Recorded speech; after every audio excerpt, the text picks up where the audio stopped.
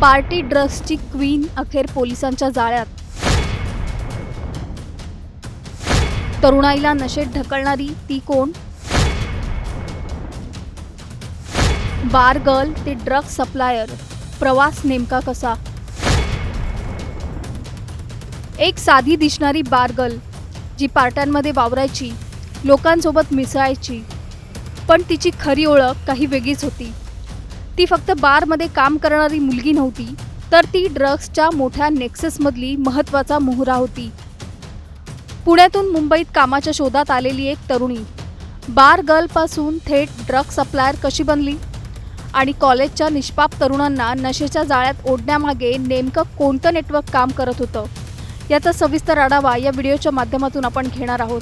त्यासाठी हा व्हिडिओ शेवटपर्यंत पाहत राहा आणि टाइम्स नाऊ मराठीला लाईक, फॉलो आणि सबस्क्राईब करा.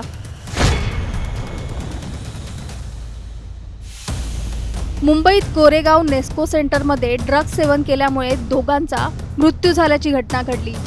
यानंतर मुंबईतल्या ड्रग्ज तस्करीच्या काळ्या दुनियेवर संपूर्ण जगाचं लक्ष गेलं. नेस्कोतल्या घटनेनंतर पोलीस आणि ड्रग्ज विरोधी पथकाने कडक कारवाई केली. या कारवाईमुळे ड्रग्ज तस्करांचे धाबे दणाणले.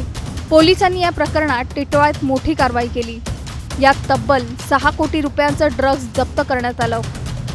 एका महिला ड्रग सप्लायरच्या घरातून हा सगळा साठा जप्त करण्यात आला. या महिलेचे नाव अश्विनी पॉल. पोलिसांनी अश्विनी पॉलला बेड्या ठोकल्यात. या प्रकरणात आता अधिक तपास सुरू आहे. पोलीस अश्विनी पॉलपर्यंत कसे पोहोचले? अश्विनी पॉल ही सुफियान नावाच्या व्यक्तीच्या संपर्कात होती. आरोपी इरफान आणि अश्विनी यांच्यातील दुवा म्हणून सुफियान काम करायचा. अश्विनी ही टिटवाळ्यातल्या एका हाय प्रोफाईल सोसायटीत राहत होती. सोफियानला बेडा ठोकल्यानंतर सोफियानकडून तिची माहिती पोलिसांना मिळाली. पोलिसांनी लगेच तिच्या घरावर छापा टाकला नाही, तर आधी पोलिसांनी तिच्या घरावर पाळत ठेवली. त्यानंतर संधी मिळताच तिच्या घरावर छापा टाकला. अश्विनी पॉल नक्की कोण? अश्विनी पॉल बारमध्ये काम करणारी एक साधी तरुणी, पण तिच्या आयुष्याचा दुसरा चेहरा पोलिसांनी उघड केला. पुण्यातली ही तरुणी फक्त 10वी पर्यंत शिक्षण झालेलं. मोठी स्वप्न घेऊन ती 2012ला मुंबईत आली, पण चांगली नोकरी न मिळाल्याने ती बारमध्ये काम करायला लागली. इथूनच तिच्या आयुष्याला वेगळं वळण मिळालं. बारमध्ये काम करता करता तिच्या ओळखी वाढत गेल्या आणि त्याच ओळखी तिला गुन्हेगारी जगात खेचून घेऊन गेल्या. बारमध्ये काम करत असताना तिची ओळख काही गुन्हेगारांची झाली. त्यापैकी एकाशी तिची जवळीक वाढली. तो जेलमध्ये असतानाही ती त्याला भेटायला जात होती आणि इथूनच तिच्या आयुष्यातला टर्निंग पॉईंट सुरू झाला. जेलमध्येच तिची ओळख ड्रग्ज तस्कर इरफानशी झाली. पैशांचा आमिष, जलद पैसा कमावण्याचं स्वप्न आणि अशा पद्धतीने अश्विनीने ड्रग्जच्या काळ्या दुनियेत पाऊल ठेवलं. हळूहळू ती या रॅकेटमधील एक महत्त्वाचा मोहरा बनली. मुंबईतल्या मोठ्या पार्ट्यांमध्ये ड्रग्ज पोहोचवणं आणि सर्वात धक्कादायक म्हणजे कॉलेजच्या तरुणांना टार्गेट करणं, हे तिचं मुख्य काम बनलं. रंगीत नशेच्या गोळ्या, ज्याची किंमत 1500 ते 2000 रुपयांपर्यंत होती, त्या तरुणांना सहज मिळू लागल्या. नकळत अनेक तरुण या जाळ्यात अडकत गेले. मुंबईपासून सुरू झालेला हा व्यवसाय राज्यभर पसरत गेला. कमी वेळात मोठे पैसे कमावण्याच्या नादात अश्विनीने नशेचं जाळं वाढवलं, पण शेवटी तिच्या हालचाली पोलिसांच्या नजरेत आल्या. सापळा रचण्यात आला आणि अखेर अश्विनी पॉल पोलिसांच्या ताब्यात आली. पोलिसांनी तिचा मोबाईल जप्त केला असून त्यातील चॅट्स आणि डेटाच्या आधारे संपूर्ण नेटवर्क उघड करण्याचा प्रयत्न सुरू आहे. तिच्या संपर्कात अजून कोण कोण आहे, या रॅकेटचा खरा मास्टरमाइंड कोण आणि किती मोठ्या प्रमाणावर हा व्यवसाय चालत होता, याचा तपास सुरू आहे. पैशाच्या मोहाने एका तरुणीचं आयुष्य गुन्हेगारीकडे वळलं, पण तिच्यासोबत किती तरुणांचं आयुष्य उद्ध्वस्त झालं असेल? कॉलेजमध्ये शिकणारे विद्यार्थी इतक्या सहज नशेच्या जाळ्यात कसे अडकतात? या सगळ्यामागे अजून मोठं नेटवर्क लपलंय का? आणि सर्वात महत्त्वाचं, अशा रॅकेट्सना वेळेत रोखण्यासाठी यंत्रणा आणि समाज अजून किती सतर्क होणार? तुम्हाला काय वाटतं? आम्हाला खाली कमेंट करून नक्की सांगा आणि चॅनलला सबस्क्राईब करा.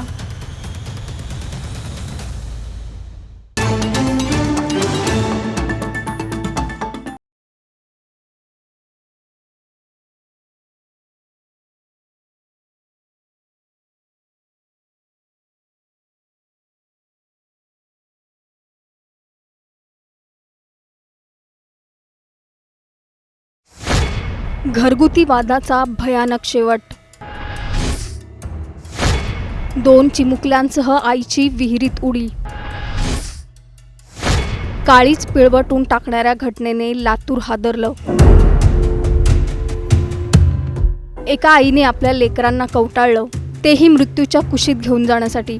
ही कल्पनाही अंगावर काटा आणणारी आहे. रात्रीच्या काळोखात सगळं गाव शांत झोपलेलं, पण एका घरात सुरू होता वाद, ताण आणि वेदनेचा संघर्ष. आणि त्या संघर्षाचा शेवट असा झाला की सकाळ उजाडली तेव्हा 3 जीव कायमचे निघून गेले होते. नेमकं त्या रात्री काय घडलं?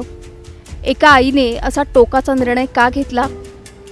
यात त्या 2 निष्पाप चिमुकल्यांचा काय दोष होता? याचा सविस्तर आढावा या व्हिडिओच्या माध्यमातून आपण घेणार आहोत. त्यासाठी हा व्हिडिओ शेवटपर्यंत पाहत राहा आणि टाइम्स नाऊ मराठीला लाईक, फॉलो आणि सबस्क्राईब करा. लातूर जिल्ह्यातील खरोसा गावात घडलेली ही घटना हादरवून सोडणारी आहे. साधं रोजचं भांडण, पण त्याचं रूपांतर इतक्या मोठ्या दुर्दैवी घटनेत होईल याची कुणालाही कल्पना नव्हती. निकिता अमरदीप भुरे, वय अवघं 25 वर्ष, पण तिच्या आयुष्यातील ताणतणाव कदाचित इतके वाढले होते की तिने एक टोकाचा निर्णय घेतला. तिच्यासोबत तिची 2 चिमुकली, शिवानी आणि शिवांश, ज्यांना अजून आयुष्य काय असतं हेही कळायचं होतं. त्यांनाही या घटनेत जीव गमवावा लागला. मिळालेल्या माहितीनुसार पती पत्नीमध्ये संध्याकाळपासून वाद सुरू होता. घरातलं वातावरण तणावपूर्ण झालं होतं. रात्री उशिरापर्यंत हे वाद सुरूच राहिले आणि त्यानंतर रात्री साधारण 1:30च्या सुमारास निकिता घराबाहेर पडली. पण ती एकटी नव्हती, तिच्यासोबत तिची 2 चिमुकली मुलं होती. त्यावेळी नेमकं तिच्या मनात काय चाललं होतं हे कुणीच सांगू शकत नाही. सकाळी घरच्यांना त्या तिघांचा काहीच पत्ता लागला नाही. शोधाशोध सुरू झाली, गावात विचारपूस झाली, पण काहीच हाती लागलं नाही. आणि मग दुपारनंतर कोणीतरी घराशेजारच्या विहिरीतून पाणी आणण्यासाठी गेलं, पण तिथे गेल्यावर जे दृश्य दिसलं त्याने सगळेच हादरून गेले. आई आणि 2ही मुलांचे मृतदेह विहिरीत तरंगत होते. या घटनेने खरोसा गावावर शोककळा पसरली आहे. या घटनेची माहिती मिळताच किल्लारी पोलीस घटनास्थळी दाखल झाले. पंचनामा करून मृतदेह तपासणीसाठी पाठवण्यात आले. पोलीस या प्रकरणाचा अधिक तपास करतायत. मात्र या सगळ्यात 3 निरागस जीव गेले. घरगुती वाद इतका टोकाला जाण्याआधी कुणी थांबवू शकलं असतं का? कुटुंब, नातेवाईक, समाज, कुठेतरी आपण सगळेच कमी पडलोय का? आणि सर्वात मोठा प्रश्न, अशा घटना पुन्हा घडू नयेत यासाठी नेमकं काय बदलायला हवं? तुम्हाला काय वाटतं? आम्हाला खाली कमेंट करून नक्की सांगा आणि चॅनलला सबस्क्राईब करा.